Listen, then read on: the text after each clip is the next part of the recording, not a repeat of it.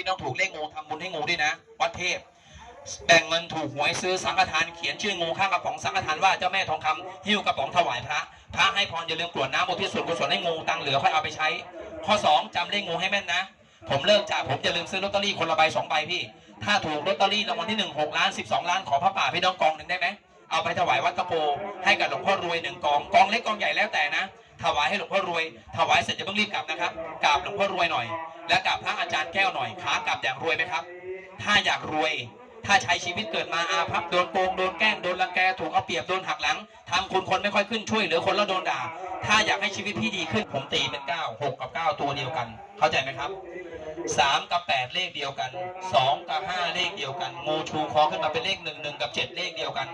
ถ้างูขดเลข4มีตัวเดียวถ้างูขดเลข0มีแรกเลยพี่แสดงว่าเราโดนผีหลอกกันท่านผู้ชมเนาะเอาละเขาขดให้ดูได้แต่เขาพูดไม่ได้พร้อมยัง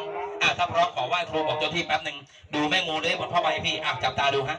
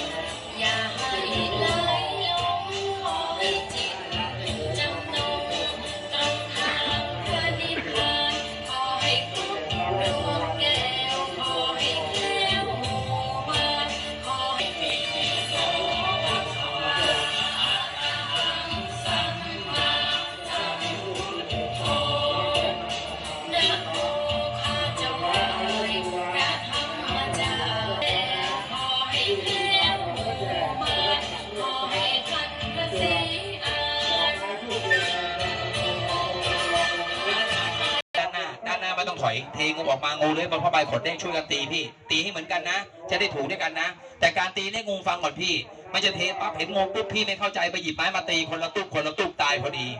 งูขดไม่ทันเอาสายตาเราตีนะปากกาจดจำได้จำเอานะลองดูพี่ไม่แน่นะสงกรานต์13 เมษาพี่น้องดูวันนี้อาจจะถูกไว้งูมีเงินเที่ยวสงกรานต์ก็ได้พี่แต่ใช้ให้มันประหยัดหน่อยเนาะแต่บอกพี่น้องก่อนผมเชิญงูได้ผมไม่ได้เก่งนะผมไม่ใช่ผู้วิเศษผมไม่มีอิทธิฤทธิ์นะพี่ผมใช้บารมีมหาทรัพย์หลวงพ่อขอโทษนะพี่น้องอยู่ดูผมตรงนี้ไปกราบหลวงพ่อรวยค้ากลับอยากรวยไหมพี่ถ้าอยากรวยอยากโชคดีอย่าลืมขอสิ่งนี้มาด้วยนะเดี๋ยวให้พี่น้องดูหน่อยแต่หนุ่มๆขอร้องหน่อยได้มาติดตัวไปมีเรื่องชกต่อยตีรันฟันแทงผิดใจกับใครอย่าด่าพ่อแม่นะคำนี้สูงถ้ามหาทรัพย์หลวงพ่ออยู่ที่ตัวคำนี้ไม่หลุดปากแมลงวันไม่ได้กินเลือดเป็นทรงเสมาพี่เดี๋ยวให้ดูนิดนึงนี่ไงมหาทรัพย์ทรงเสมาหลวงพ่อรวยครับไอ้น้ององค์แค่นี้ศักดิ์สิทธิ์จริงเหรออยากรู้ใช่ไหมว่าท่านศักดิ์สิทธิ์หรือเปล่ามาผมจะลองหลวงพ่อรวยให้ดูหลวงพ่อขออนุญาตลองหน่อยนะดูบารมีหลวงพ่อครับถ้าพี่ห้อยคอลงไร่ลงนาเข้าป่าเข้าสวนถ้ากลัวงูจำคาถา4 ตัวนี้ให้ดีนะงูจะไม่กัดพี่เลยไม่อ้าปากทำลายพี่ด้วยโอริสัปโปโอริสัปโปโอริสัปโปพี่ว่างูตัวนี้กัดคนตายไหมผมจะลองให้มันกัดผมดูพี่ดูบารมีหน่อยหันมาทางนี้หน่อยสิคุณหนูทางนี้สิลูกทางนี้หน่อยสวยๆหันกลับมาให้ท่านผู้ชมดูหน่อยพี่ว่ากัดคนตายไหมเนี่ยตายเนาะหลวงพ่อคุ้มครองผมด้วยนะมือฉันกัดไหมจะกัดไหมถ้าไม่กัดหมอบ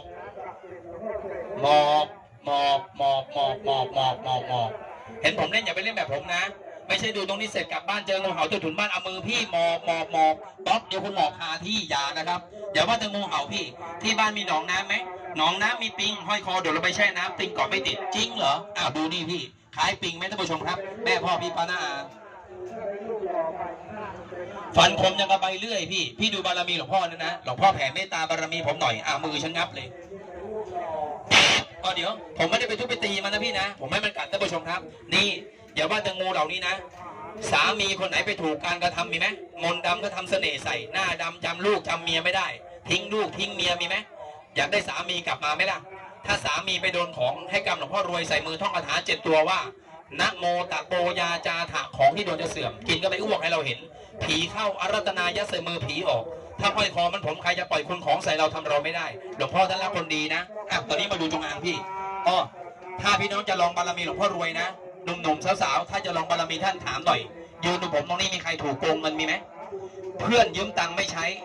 น้อยใจไหมครับไปทวงหนี้ทีไรมันผัดไปผัดมาเอาลองบารมีหลวงพ่อฮะน้องๆจะไปสมัครงานสมัครสอบมีไหมไปมาหลายรอบไม่เคยสำเร็จเอาด้านหลังหลวงพ่อนะทำอย่างนี้ครับหลวงพ่อรวยขอให้ผมได้งานทำผมจะเลี้ยงพ่อเลี้ยงแม่ผมบนแบบนี้นะ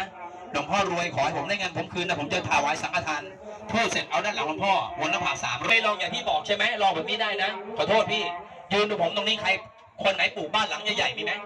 บ้านราคาเป็นล้านแต่คนในบ้านทะเลาะกันมีไหมพี่ด่ากันเถียงกันจะฆ่าจะแกล้งกันมีไหมสะพ้ายแม่ผัวไม่ถูกกันพ่อตาลูกเขยไม่ถูกกันลูกเต้าที่บ้านเถียงพ่อแม่มีไหมสอนไม่ได้เลยนะมันเถียงคอเป็นเอ็นเลยอ้าวลองฮะแสดงว่าบ้านหลังนี้ปลูกไม่ถูกที่ตั้งสารพระภูมิไม่ถูกทางอยากให้คนในบ้านกลับมาดีกันเหมือนเดิมไหมพี่วันพระอย่าให้พระอาทิตย์ตกดินนะเจ้าของบ้านจุดธูป3 ดอกปักหิ้งพระเสร็จไปตักน้ำกินมา1 แก้วพอได้น้ำกินมาเสร็จแล้วยกหลวงพ่อขึ้นหัวเลยหลวงพ่อรวยช่วยล้างอาถรรพ์ให้หน่อยให้คนในบ้านกลับมารักใคร่กลมเกลียวเป็นน้ำหนึ่งใจเดียวให้บ้านหลังนี้อยู่เย็นเป็นสุขให้ลูกหลานว่านอนสอนง่ายก็ตันยูรู้คุณจุ่มเลยพี่ให้ถูกน้ำเอาเดี๋ยวหลวงพ่อจุ่มมาในแก้วน้ำให้ถูกน้ำพอถูกน้ำท่องคาถาบทนี้เลยพี่ณจับจิตโมจับใจพุทธหลงชนกันก็ไม่เจอพี่เอาละแม่ทองคำรบกวนหน่อยนะแม่นะเลื้อยบนผ้าใบสีฟ้าผลเลขโชคให้ท่านผู้ชมดูหน่อยถ้าพี่น้องวัดเทพมายืนดูเขาไม่รังเกียจแม่งูคนดูคนไหนเดินหน้ามาเหยียบเส้นเชือกสีแดงได้ขอให้คนดูคนนั้นถูกลอตเตอรี่รางวัลที่1ให้มีลาภก้อนโตมีเงินก้อนใหญ่จัดพระป่าทำบุญวัดตะโพตามที่ขอถ้าคนดูรังเกียจแม่ทองคำไม่ยอมเดินหน้ามาเหยียบเส้นเชือกแล้วก็ให้มองไม่เห็นเลขโมดูโชคลาภจากแม่ทองคำไม่ออกด้วยเถอะสาธุพี่น้องเดินหน้ามาเหยียบเชือกผมหน่อยเป็นเคล็ดก้าวหน้าร่ำรวยพี่ถอยหลังยากจนอยู่กับที่หยุดอยู่กับที่ใช้หนี้เขาไม่หมดเชิญครับทุกท่านเดินหน้ามาเหยียบเส้นเชือกผมหน่อยนะเป็นเคล็ดพี่เอาละมาดูกันใกล้ๆท่านผู้ชมไม่อันตรายพี่ไม่อันตรายเอาละฮะมาเดี๋ยวผมขออนุญาตยกงูให้พี่น้องท่านผู้ชมดูก่อนนะถ้าผมยกงูขึ้นมาให้ดูแล้วไม่ใช่จงอางนะพี่รองเท้าที่ใส่มาปาหัวผมถ้าผมยกขึ้นมาให้ดูแล้วใช่สัญญากับผมหน่อยนะพรุ่งนี้ถ้าจะดูงูอีกชวนเพื่อนมาดูเยอะๆได้ไหมครับได้นะพี่นะขอบคุณมากเอาดูจงอางหน่อยพี่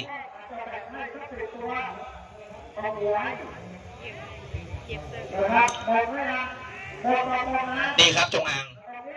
ไม่ดุถ้าดุผมอุ้มอย่างนี้ตายแล้วพี่เห็นไหมมีนะไม่โกหกไม่หลอกลวงไม่ตอแหลขอพูดเน้นๆหน่อยนะพี่นะครับผมโอเคพูดไม่เพราะแต่จริงใจถ้าไม่จริงใจจะไม่ยกงูให้เห็นเข้าใจไหมพี่ผมจะเริ่มแล้วนะก่อนที่จะหมดเวลาตรงนี้ขอถามข้อสุดท้ายพี่สาวพี่ชายถ้าผมถามถูกใจพยักหน้าให้หน่อยถ้าไม่ชอบก็ไม่เป็นไรนะความชอบคนเรามันไม่เหมือนกันผมชอบของผมพี่ไม่ชอบมันผมก็ไม่ว่ากันแต่ถ้าใครชอบมันผมพยักหน้าให้ผมหน่อยพี่น้องอยู่ดูผมตรงนี้ชอบเล่นหวยไหมครับขอบคุณครับพี่เคยซื้อบนออกล่างไหม6 ตัวลอตเตอรี่เคยถูกหรือยังขอบคุณครับน้องมึงถามทำไม6 ตัว2 ตัวกูยังซื้อไม่ถูกเลยมึงจะมาถามทำไมต้อง6 ตัวอย่าน้อยใจนะถ้าใครชอบเล่นแล้วซื้อไม่เคยถูกพี่ผมกล้าถามพี่ผมถูกมาแล้วพี่ผมไม่กล้าถามผมเป็นหนี้ธนาคารหลายล้านจุดธูปขอหลวงพ่อฝันว่าหลวงพ่อถ้ามายืนชี้เลขรถหลวงพ่อรวยไปยืนหน้ารถคันนี้3 ซื้อ 3 10 งวดกินพี่ได้ไม่เกิน3 งวดขอเอาหลวงพ่อท่านให้ผมมาพี่น้องท่านผู้ชมครับใครเป็นคนจนมีแต่คนดูถูกก่อนดูงูจงอางพี่ผมขอมอบบารมีรวยพันล้านหลวงพ่อให้เอาไปเสริมดวงจำไว้นะถ้าพี่เชื่อเรื่องดวงพี่จะไม่ตกดวงพี่จะไม่จนชีวิตพี่จะไม่ลำบาก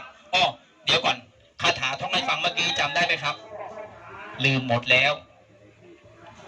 ผมแจกคาถาให้คนละใบพี่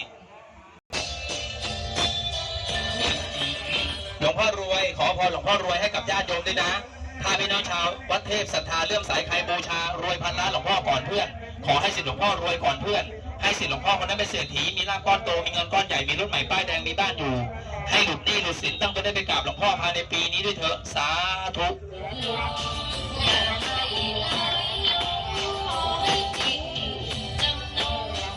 หลวงพ่อมอบมาผมมอบไปเสร็จหน้าที่ผมแล้วคราวนี้เป็นหน้าที่คนดูครับผมลืมถามไปข้อหนึ่งใครอยากบูชาไม่ได้ถือเงินมามีไหมพี่ถ้าสตังค์พี่ไม่ได้ถือมาเรื่องเงินไม่มีปัญหาสามารถโอนได้นะพี่นะสามารถโอนได้พี่